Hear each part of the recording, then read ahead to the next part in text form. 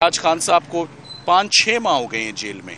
उन्होंने किसी एक दिन मुझसे नहीं पूछा कि मैं अक गया हूँ या थक गया हूँ या मुझे किस दिन बाहर निकालोगे। So hats off to him कि वो अपने उसी मजबूती से वो खड़े हैं। उन्होंने किसी दिन लीगल टीम को प्रेशराइज नहीं किया कि मेरे बाहर निकलने में कितने दिन है। अलबत्ता हम अब ये ज़रूर समझते हैं कि इन मुकदमों का एक एंड होना चाहिए। जैसे कि आपने उमैर न्याजी साहब से सुना कि आज कानूनी टीम जो मौजूद थी अल कादिर नैब ट्रायल के अंदर, कानूनी टीम को अंदर जाने आज एक दफ़ा फिर नहीं दिया गया। उस्मान रियाज गिल साहब मौजूद हैं, ज़हीर अब्बास साहब कानूनी टीम का हिस्सा हैं, लीड कर रहे हैं अल कादिर के केस को। मगर नैब की टीम आज सुबह 9 बजे एंटर होती है, तफ्तीश आती है, तफ्तीशी आते हैं, प्रोसिक्यूटर्स आते हैं, सबको एंट्री मिलती है। मगर ये कैसा ओपन ट्रायल है, ये कैसी ओपन प्रोसीडिंग्स हैं जिसमें इमरान खान साहब के प्रोफेशनल लॉयर्स को रिपीटेडली कोर्ट में एंट्री नहीं दी जा रही। मैं इस बात से ये तीसरी चौथी दफ़ा हम ये आपके आगे रख रहे हैं कि जिस वक्त मुकदमे में तारीख डल गई, 15 तारीख खामोशी से हमारी गैर मौजूदगी में बुशरा बीबी को पेश किए बगैर, वो भी इस मुकदमे में बराबर की सरकार के मुताबिक शरीक हैं, मुलज़मा हैं, तो उनको कैसे आपने पेश नहीं किया? उनको क्यों आपने यहाँ से मीलों दूर आपने उनको रखा हुआ है और यहाँ पर अडयाला जेल में तमाम सहूलियात के होते हुए, तमाम रिक्वायरमेंट्स के होते हुए यहाँ पर बुशरा बीबी को नहीं रखा जा रहा? सो आज दोबारा नैब के जज साहब जो हैं वो नहीं आए और अमले ने आज खामोशी से 15 तारीख की डेट को डाल दिया और दोबारा केस को एडजर्न कर दिया।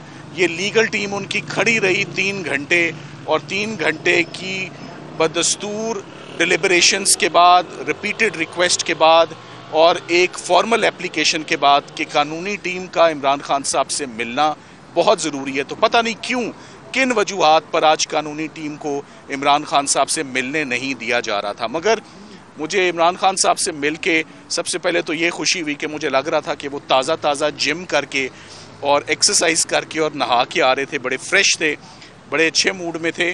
और सबसे जो इम्प्रेसिव बात थी, he was very well informed.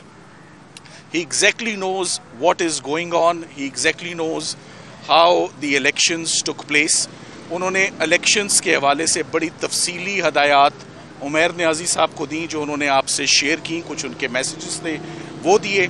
Criminal cases के हवाले से उन्होंने, मैं आपको ये बताता चलूँ कि खान साहब 16 महीने से क्रिमिनल केसेस का वन आफ्टर दी अदर, कभी लाहौर, कभी कोयटा, कभी कराची, कभी इस्लामाबाद, कभी पिंडी, कोई ऐसा मुकदमा नहीं, कोई ऐसा जुर्म नहीं जिसमें इमरान खान साहब को जिसको उन्होंने फेस ना किया हो। कोई ऐसा मुकदमा नहीं जो झूठा ना साबित हुआ हो। कोई ऐसा मुकदमा नहीं जिसमें ज़मानत ना कंफर्म हुई हो। सो आज दिन तक मैं उनको इस बात की खराज तहसीन पेश करता हूँ कि आज खान साहब को 5-6 माह हो गए हैं जेल में।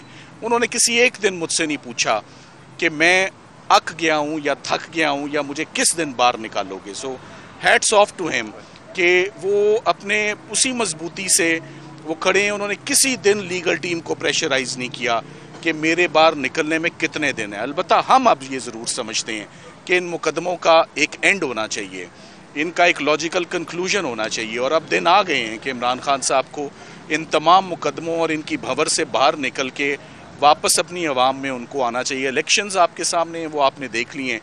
लीगल केसेस मेरे सामने हैं, वो सारे के सारे खोखले हैं, सारे बेबुनियाद हैं, सारे रेत का पहाड़ हैं, एक हवा के झोंके से सारे गिरने वाले केसेस हैं। वो गलत जुमला नहीं बोला कि 10 सेकंड और 14 सेकंड में क्रिमिनल केसेस ख़त्म होंगे।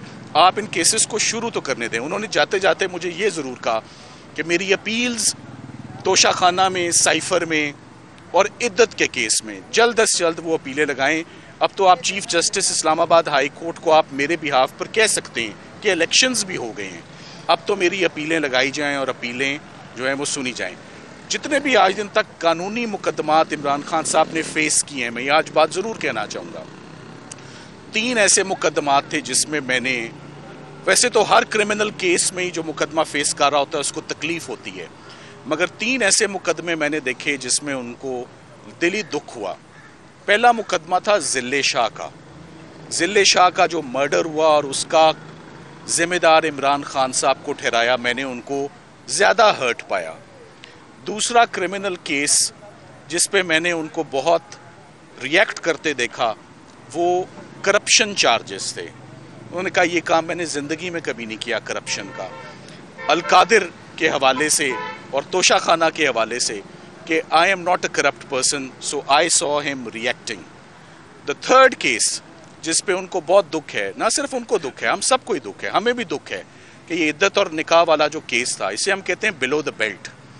बिलो द बेल्ट जाके ये केसेस चलाना, ये प्राइवेट मामला थे, ये डोमेस्टिक इश्यूज हैं, ये इस लेवल पे हाईलाइट नहीं होने चाहिए थे। और इस लेवल की क्रॉस एग्जामिनेशन और इस लेवल का एविडेंस कोर्ट में झूठा प्रेजेंट करना, एवेंचुअली इन सारे केसेस का क्या अंजाम होना है आपको मालूम है। It's only a matter of when. But इद्दत का केस तीसरा केस था जिस पे खान साहब बहुत अफसरदा थे कि ये नौबत यहाँ तक आ गई है। उन्होंने एंड में ये ज़रूर कहा कि बुशरा बीबी को क्यों उधर बंद कमरे में तारीकी में उनकी खिड़कियाँ बंद करके उनको वहाँ पर टफ टाइम वहाँ पर दिया जा रहा है। वहाँ पर इर्द गिर्द कोई और ख़वातीन नहीं है, उनको अकेले वहाँ रखा जा रहा है। उनकी अपील है कि उनकी बेगम को, ना उनकी ख्वाहिश है इमरान खान साहब की, ना उनकी बेगम की ख्वाहिश है, ना उनके किसी वकील ने किसी जगह उनके बिहाफ पे कोई दरख्वास्त दी। सो वो चाहते हैं कि जैसे तमाम कैदी अपनी कैद काटते हैं जब तक उनकी सज़ाएं मुअत्तल ना हो जाएं या ज़मानतें ना हो जाएं, बुशरा बीबी से भी कोई इम्तियाजी सलूक ना रखें, आप उनको भी अडयाला जेल में मुंतकिल करें। और जैसे हर कैदी सज़ा काट रहा है, जैसे इमरान खान साहब काट रहे हैं, वो भी वापस यहाँ पर उनको मुंतकिल किया जाए। सो बहुत जल्द आप देखेंगे कि अगले 2-3 दिन में इमरान खान साहब की जितनी भी अपील्स हैं वो अपने फ़ाइनल मराहिल में हैं। फ़ाइनल मशावरत के बाद इमरान खान साहब की ज़मानत की एप्लीकेशंस भी इस्लामाबाद हाई कोर्ट में आएंगी और उनकी अपील्स भी फाइल होंगी।